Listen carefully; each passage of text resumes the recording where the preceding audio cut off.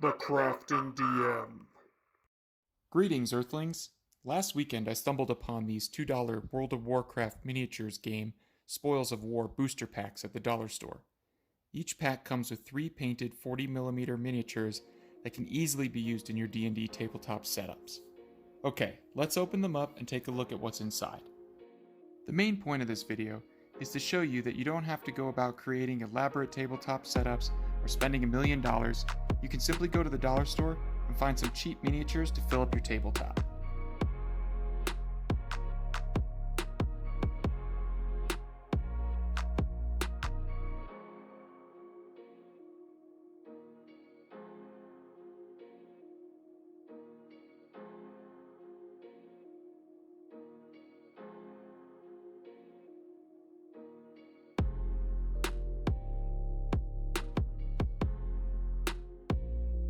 This is Conqueror Aluna, a blood elf hunter. Playing an elf? Need an elf NPC? Bam, here you go, you got one. And at 3 minis for $2, this mini cost about 66 cents. Look at that, a decent paint job, and she's even carrying a pretty sick bow.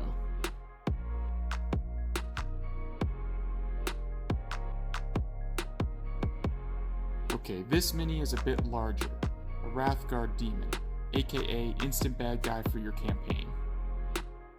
He's carrying 2 swords and he's armored up, would make a pretty good villain.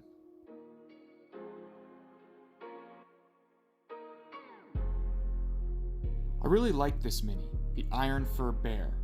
For 66 cents, you can't really complain about the paint job.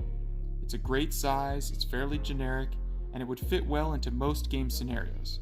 Need a dire bear or druid wild shape? Here you go, you got it. Alright, this is the Ethereal Crypt Raider, aka a mini for my next Afridi encounter.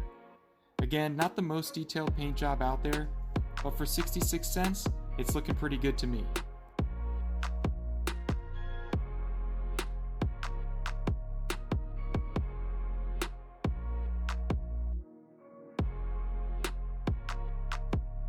This mini is great. Daxon Firesworn, a Blood Elf Warlock. He would make a pretty good Death Knight, I think. He is badass. He's armored up, skulls impaled on spikes and everything. His axe could probably be fixed with a cup of warm water. Just plop him in, let him warm up, and then take him out, bend it the way you want, and let him cool off again. Okay, finally we have Hulok Trailblazer, a Tauren Druid. He's probably the largest of the minis in these 2 packs. He's fairly detailed, and his size would make a pretty intimidating presence for your players.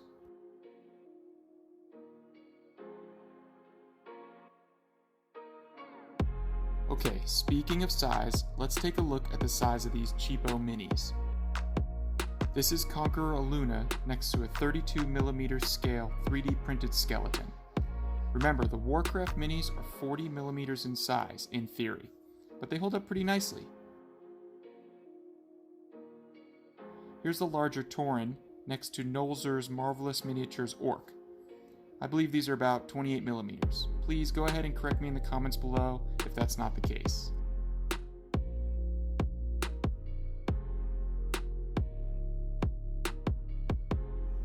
And here is a 28mm Frostgrave Cultist by North Star Military Figures. These are some of my favorite miniatures on the market. Okay, and let's compare this Tauren next to the 32mm skeleton again.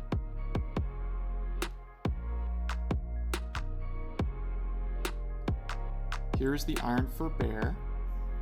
This mini scales pretty well.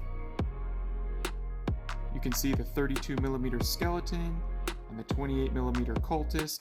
They both stand up pretty well next to this bear.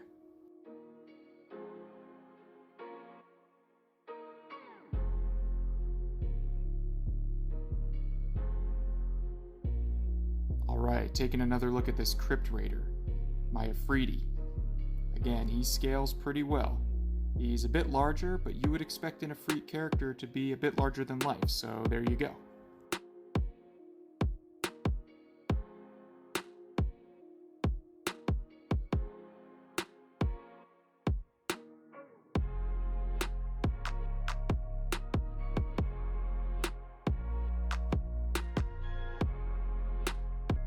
One final comparison I'd like to show you is with the Dungeons & Dragons die-cast minis.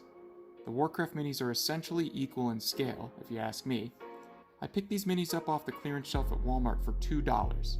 Okay, so $2 a pack for the Warcraft minis, $2 for the Dungeons & Dragons minis, so for $6 total, you could buy all 6 of these Warcraft minis and these 4 D&D minis. You'd get 10 minis for $6. You can't really beat that. These miniature packs also come with a handful of cards. I found these cards pretty useful. They are instant idea starters for your homebrew games. Maybe you can get some ideas from the weapons and action cards.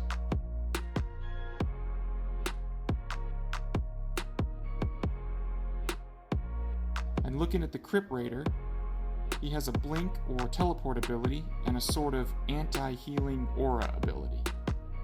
So, keeping those abilities in mind, and taking a look at the Afridi in the monster manual, you can simply add those abilities to the basic Afridi, and you have an instant upgraded free character to use as a villain boss for your games.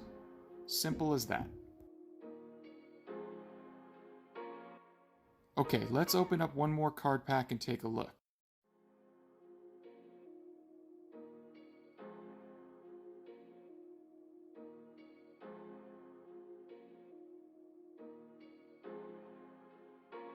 Incinerate. To me, this is a ready-made unique spell scroll. A range of 3? Okay, easy. 3 squares on a 1-inch grid map. Power 4? Okay, it does 4d6 damage. Done. There you go. You've got a spell scroll for your players to find. And here is Soul Seeker, a 2-handed weapon. Need a name for a sword? You just found one. Daxin Firesworn, also known as my Death Knight. Just drop his abilities onto a Death Knight's stat block to beef one up, as if they need any buffing anyways. Drain Life and Soul Leech. Okay, so give your Death Knight a passive heal with each successful attack, or allow him to have a larger heal every time he crits. And that's all for today. Go forth, buy cheap minis, and homebrew. Until next time.